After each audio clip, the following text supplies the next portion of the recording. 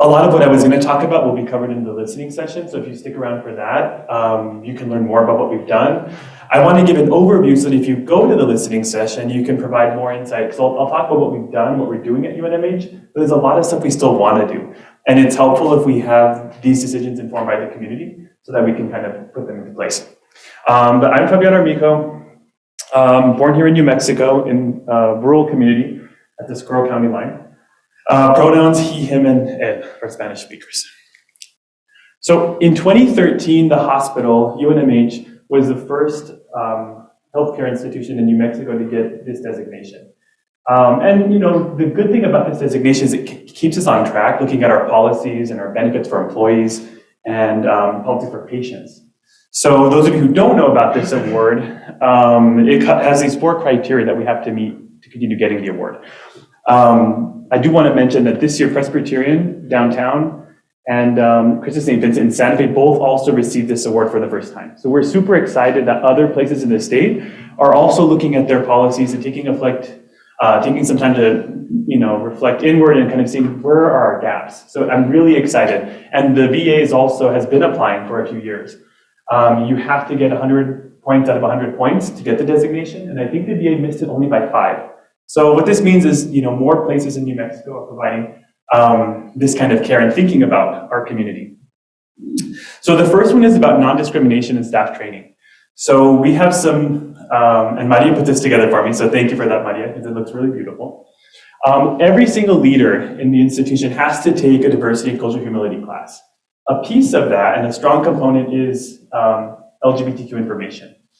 So that people get at least an understanding, some vocabulary, to feel more comfortable, and their staff come to them and talk to them about things LGBTQ related. But everybody has to go through that, and our office is a resource to everybody too. So they get like a couple of minutes of this, but if they have questions, they can always come to us.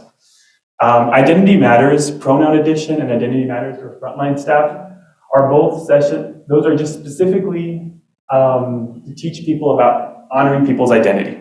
So Pronoun Edition was something we created for our staff who work over the phones, because it's really easy to misgender somebody when you are just listening to a voice or you're looking at a limited information in the electronic health record. So there's scripting in that. We teach them how to use different pronouns and answer questions.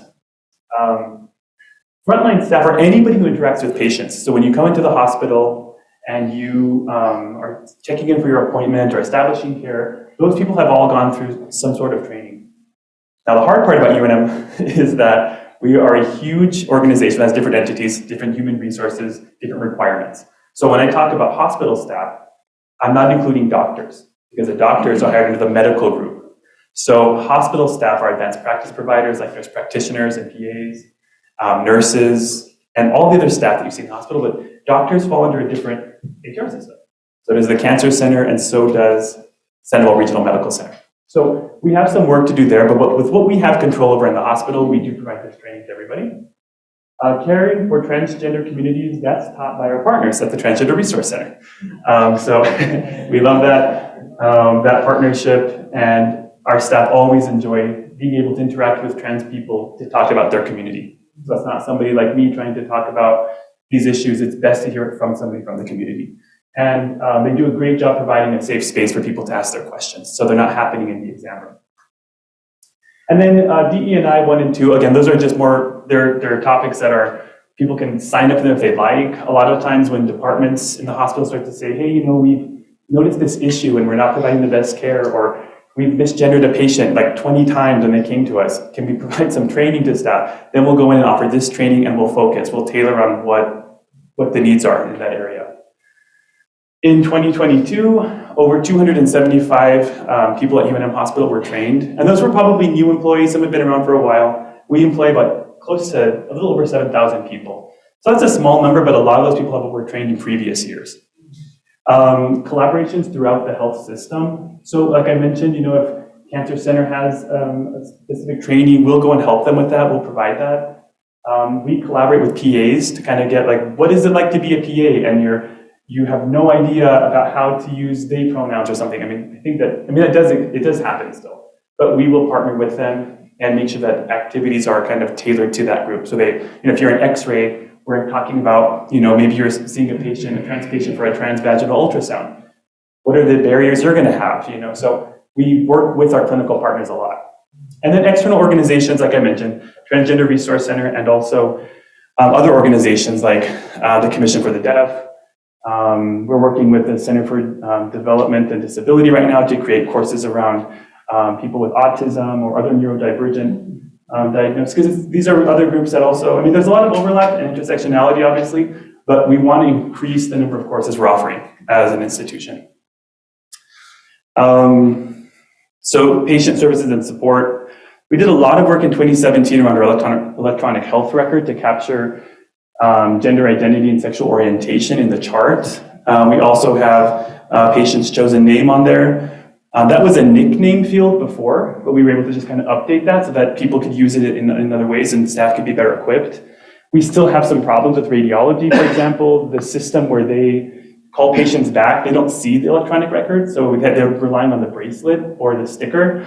And those names do appear now on different lists in the clinics and also on bracelets and patient labels. So if a patient has provided that name to us, we can use that.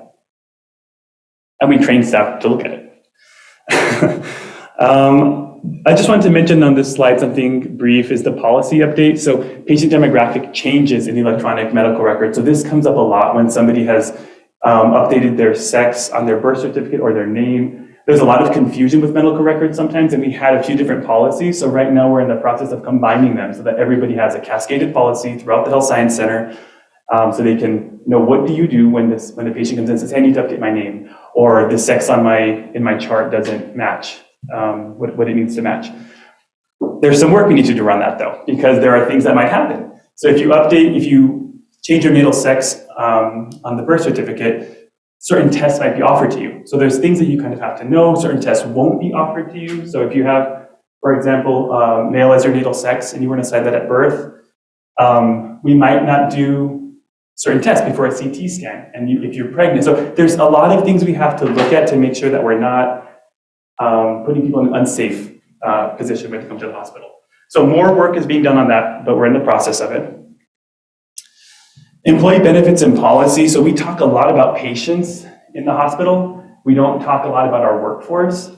But this award also makes us look at our benefits for our staff. So if any UNMH employee needs a gender-affirming surgery, it's covered in the benefits package that the hospital provides to all employees. So there are things like that that are really, really big. And also who can be involved in care. Our policies all have specific language to making sure that our communities are seen and included.